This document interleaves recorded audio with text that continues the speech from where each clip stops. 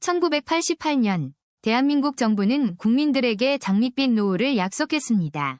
월급의 일부만 내면 평생 연금을 받을 수 있다는 달콤한 제안이었죠.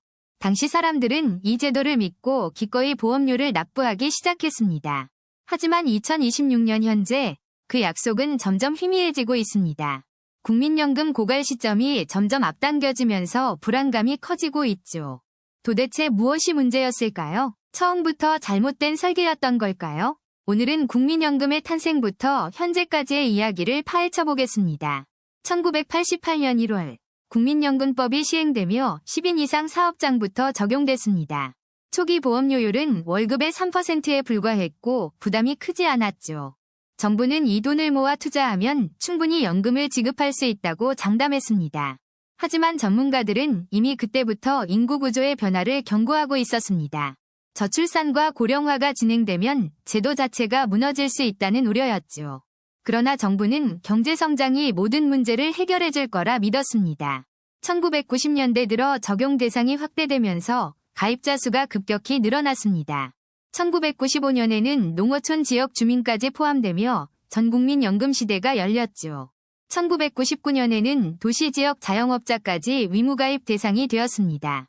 표면적으로는 성공적인 제도 확대처럼 보였지만 내부는 달랐습니다. 보험료를 내는 사람은 늘었지만 받을 사람은 더 빠르게 증가했기 때문이죠.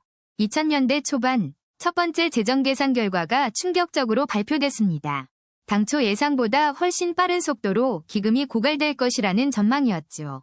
2033년이면 연금 지급액이 보험료 수입을 초과한다는 계산이 나왔습니다. 정부는 부랴부랴 보험료율을 인상하고 수급 연령을 높이기 시작했습니다. 하지만 이미 약속된 급여 수준을 낮추기는 정치적으로 불가능했죠. 2007년 연금개혁으로 소득 대체율이 70%에서 40%로 낮아졌습니다. 그럼에도 전문가들은 이것만으로는 부족하다고 계속 경고했습니다. 2010년대 들어 저출산 문제가 심각해지면서 상황은 더욱 악화됐습니다. 합계 출산율이 1명 이하로 떨어지며 미래 가입자 수가 급감할 것이 확실해졌죠. 동시에 베이비붐 세대가 은퇴하기 시작하며 수급자는 폭발적으로 증가했습니다. 2020년 기준 국민연금 가입자는 약 2,200만 명에 달했습니다. 하지만 실제 보험료를 내는 사람은 그보다 훨씬 적었죠. 납부 예외자와 장기 체납자를 제외하면 실질 가입자는 크게 줄어듭니다. 2023년 재정 계산에서는 기금 소진 시점이 2055년으로 예측됐습니다. 하지만 많은 전문가들은 실제로는 더 빨리 고갈될 것이라 보고 있습니다. 경제 성장률 둔화와 저출산 가속화를 고려하면 2040년대도 위험하다는 분석이죠. 2026년 현재 20대와 30대는 국민연금을 불신하기 시작했습니다. 자신들이 낸 돈을 돌려받지 못할 거라는 불안감이 팽배해 있습니다. 반면 현재 수급자들은 약속된 연금을 계속 받기를 원하고 있죠. 세대 간 갈등이 점점 심화되면서 사회적 균열이 깊어지고 있습니다.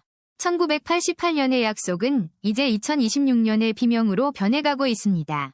1988년 국민연금 도입 당시 정부는 국민들에게 장밋빛 미래를 약속했습니다. 월급의 3%만 내면 노후가 보장된다는 달콤한 말이었죠. 하지만 그 약속 뒤에는 치밀하게 계산된 함정이 숨어 있었습니다. 초기 가입자들은 자신들이 실험 대상이 될 줄 꿈에도 몰랐습니다. 1990년대 중반 첫 번째 경고음이 울리기 시작했습니다. 출산율이 급격히 떨어지면서 제도의 근간이 흔들리기 시작한 겁니다. 1998년 외환위기는 국민연금에 치명적인 타격을 입혔습니다. 대량 실업으로 보험료 납부자는 줄고 조기 수령자는 폭증했죠. 정부는 이때 근본적인 개혁을 했어야 했지만 손을 놓고 있었습니다. 2003년 드디어 정부도 위기를 인정하고 개혁안을 내놓았습니다. 보험료율을 9%로 올리고 소득 대체율을 60%에서 40%로 낮췄죠. 하지만 이미 늦었습니다. 인구 구조는 돌이킬 수 없이 변해버렸으니까요. 2010년대 들어 베이비붐 세대가 본격적으로 은퇴하기 시작했습니다. 이들은 적게 내고 많이 받는 첫 세대였고 기금은 빠르게 소진되기 시작했습니다. 2018년 재정축에는 충격적인 결과를 보여주었습니다. 현행 제도로는 2057년 국민연금 기금이 완전히 고갈된다는 예측이었죠. 젊은 세대는 분노했습니다. 자신들은 낼 돈만 내고 받지 못할 거라는 불안감이 커졌습니다. 2020년 코로나 팬데믹은 상황을 더욱 악화시켰습니다. 경제 침체로 보험료 납부 능력은 떨어지고 조기 은퇴자는 늘어났죠. 2022년 합계 출산율이 0.78명으로 떨어지면서 최악의 시나리오가 현실화되었습니다. 이제 국민연금은 폰지 사기라는 비난까지 받게 되었습니다.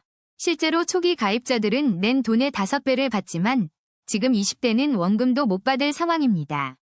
2024년 정부는 또다시 개혁안을 발표했지만 국회는 표를 의식해 미적거렸습니다. 보험료를 13%로 올리자는 안은 국민들의 거센 반발에 부딪혔죠. 그렇다고 수령액을 더 줄이자니 노인 빈곤율이 이미 OECD 1위인 상황입니다. 2025년 국민연금 가입 거부 운동이 청년층을 중심으로 확산되기 시작했습니다.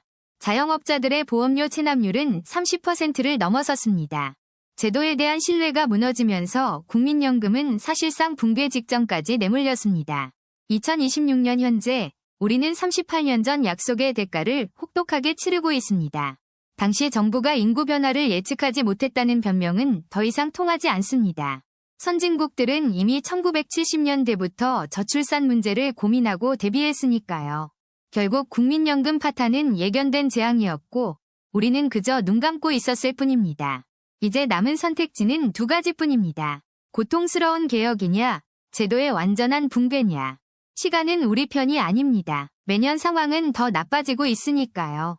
1988년의 약속은 2026년의 비명으로 돌아왔습니다. 이것이 국민연금의 잔혹한 진실입니다. 그렇다면 정부는 이 위기를 어떻게 해결하려고 할까요? 먼저 가장 쉬운 방법부터 살펴보겠습니다. 첫 번째 시나리오, 보험료율 인상입니다. 현재 9%인 보험료율을 대폭 올리는 방법이죠. 전문가들은 최소 13%에서 15%까지 올려야 한다고 말합니다. 거의 1.5배 수준이에요. 월급 300만 원 받는 직장인 기준으로 계산해볼까요? 지금은 27만 원 정도 내고 있습니다. 보험료율이 15%로 오르면 45만 원을 내야 합니다. 무려 18만 원이나 더 내는 거예요. 이미 4대 보험으로 월급의 상당 부분을 떼이는 상황에서 이건 정말 큰 부담이죠. 두 번째 시나리오, 수령 나이를 더 늦추는 방법입니다. 현재도 65세인데 더 늦춘다는 겁니다. 일본은 이미 70세까지 늦추는 방안을 검토하고 있습니다. 우리도 그 길을 따라갈 가능성이 높아요. 30년 넘게 보험료 내고 70세가 되어야 받을 수 있다면 과연 몇 년이나 받을 수 있을까요? 한국 남성의 평균 수명이 80세 정도라는 점을 생각해보면 정말 씁쓸한 계산입니다.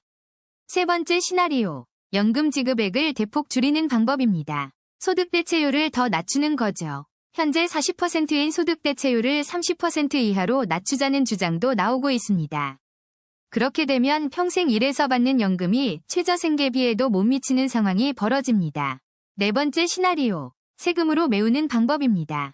결국 국민 부담은 마찬가지예요. 정부가 세금을 투입한다는 건 결국 우리 주머니에서 나간다는 의미입니다. 형태만 다를 뿐이죠. 이미 저출산 대책으로 수백조를 쏟아부은 정부가 또 세금을 투입할 여력이 있을까요? 다섯 번째 시나리오, 기금을 고수익 투자로 불리는 방법입니다. 하지만 이것도 위험합니다. 국민연금이 주식시장에 과도하게 개입하면 시장 왜곡이 발생할 수 있습니다. 게다가 고수익은 고위험을 동반합니다. 국민의 노후자금을 도박판에 걸 수는 없는 노릇이죠. 그렇다면 다른 나라들은 이 문제를 어떻게 해결했을까요? 먼저 스웨덴 사례를 보겠습니다. 스웨덴은 1990년대에 연금개혁을 단행했습니다. 소득연계 방식으로 전환한 거죠. 많이 낸 사람이 많이 받는 구조로 바꿔서 형평성 문제를 해결했습니다. 투명성도 높였고요. 일본은 어떨까요? 일본은 이미 연금 수령 나이를 계속 늦추고 있습니다. 하지만 그 결과 노인 빈곤율이 급증했습니다. 70대에도 일해야 하는 노인들이 넘쳐나고 있어요. 독일은 보험료율을 꾸준히 올리는 방식을 택했습니다. 현재 18.6%까지 올라갔죠. 대신 연금 지급은 안정적으로 유지하고 있습니다. 높은 부담, 확실한 보장 방식이에요. 칠레는 아예 민영화를 선택했습니다. 개인이 알아서 투자하고 관리하는 시스템이죠. 하지만 결과는 참담했습니다. 노인 빈곤율이 치솟았고 결국 다시 국가 개입을 늘리고 있어요. 이런 해외 사례들을 보면 완벽한 해법은 없다는 걸 알 수 있습니다. 모두 장단점이 있죠. 그렇다면 우리는 어떤 선택을 해야 할까요? 2024년 현재 우리에게 남은 시간은 많지 않습니다. 전문가들은 늦어도 2027년까지는 개혁안을 확정해야 한다고 경고합니다. 하지만 정치권은 여전히 표를 의식해서 개혁을 미루고 있습니다. 누구도 책임지려 하지 않아요. 젊은 세대는 이미 국민연금을 불신하기 시작했습니다. 내가 낸 돈 돌려받지 못할 거라고 생각하죠. 이대로 가면 세대 간 갈등은 더욱 심화될 것입니다. 그리고 그 피해는 결국 모두에게 돌아옵니다. 다음 마지막 파트에서는 우리가 선택할 수 있는 현실적인 대안과 개인의 대응 전략을 알아보겠습니다. 지금까지 우리는 국민연금의 과거와 현재, 그리고 암울한 미래를 함께 살펴봤습니다. 1988년 시작된 국민연금은 이제 대한민국 최대의 시한폭탄이 되어버렸죠. 그렇다면 우리에게 남은 선택지는 과연 무엇일까요? 정말 해법은 없는 걸까요? 전문가들은 크게 세 가지 방향의 개혁안을 제시하고 있습니다. 첫 번째는 보험료율을 현재 9%에서 15% 이상으로 대폭 인상하는 방안입니다. 하지만 이미 세금과 4대 보험으로 허리가 휘는 직장인들에게 이건 사형선고나 다름없죠. 두 번째는 연금 수령액을 대폭 삭감하는 방법입니다. 소득 대체율을 더 낮추는 거죠. 그러나 이미 40%로 낮아진 소득 대체율을 더 줄이면 노후 보장 기능이 완전히 사라집니다. 세 번째는 수령 개시 연령을 65세에서 70세 이상으로 늦추는 방안입니다. 문제는 한국인의 평균 건강 수명이 73세 정도라는 점이에요. 받기도 전에 아프다는 거죠. 결국 어떤 방법을 선택하든 국민들의 고통은 불가피한 상황입니다. 그런데 정말 아이러니한 건 이 모든 문제의 해답을 우리가 이미 알고 있다는 겁니다. 2003년, 2007년, 2013년 세 차례에 걸쳐 전문가들은 경고했습니다. 지금 개혁하지 않으면 미래 세대가 감당할 수 없는 폭탄이 된다고 말이죠. 하지만 정치권은 매번 선거를 의식해 개혁을 미뤘고 그 대가를 지금 우리가 치르고 있습니다. 2024년 기준으로 국민연금 적립금은 약 1100조 원에 달합니다. 엄청난 금액처럼 보이지만 앞으로 지급해야 할 연금을 생각하면 턱없이 부족한 액수죠. 국민연금공단의 재정추계에 따르면 2041년부터 적자가 시작됩니다. 그리고 2055년이 되면 쌓아둔 적립금이 완전히 바닥나게 됩니다. 그때 태어난 아이들은 평생 연금을 내기만 하고 단 한 푼도 받지 못할 수 있습니다. 더 충격적인 건 이미 많은 청년들이 국민연금을 포기하고 있다는 사실입니다. 한 설문조사에 따르면 20대의 70% 이상이 국민연금을 믿지 않는다고 답했습니다. 그들은 이렇게 말합니다. 어차피 못 받을 거 왜 내냐고, 차라리 개인연금에 투자하겠다고. 하지만 국민연금은 선택이 아니라 의무입니다. 내고 싶지 않아도 내야 하죠. 이게 바로 세대 간 갈등의 핵심입니다. 젊은 세대는 희생양이 되고 있다고 느낍니다. 그렇다면 정말 답이 없는 걸까요? 우리는 그냥 이 배가 침몰하는 걸 지켜봐야 할까요? 전문가들은 지금이라도 용기 있는 결단을 내려야 한다고 강조합니다.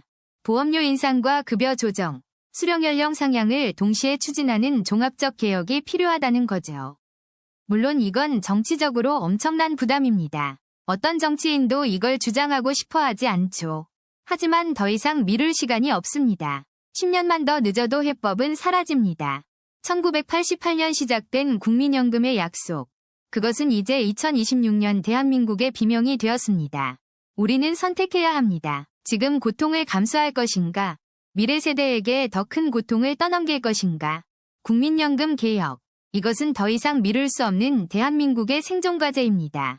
여러분의 선택이 대한민국의 미래를 결정합니다. 지금 바로 목소리를 내주세요.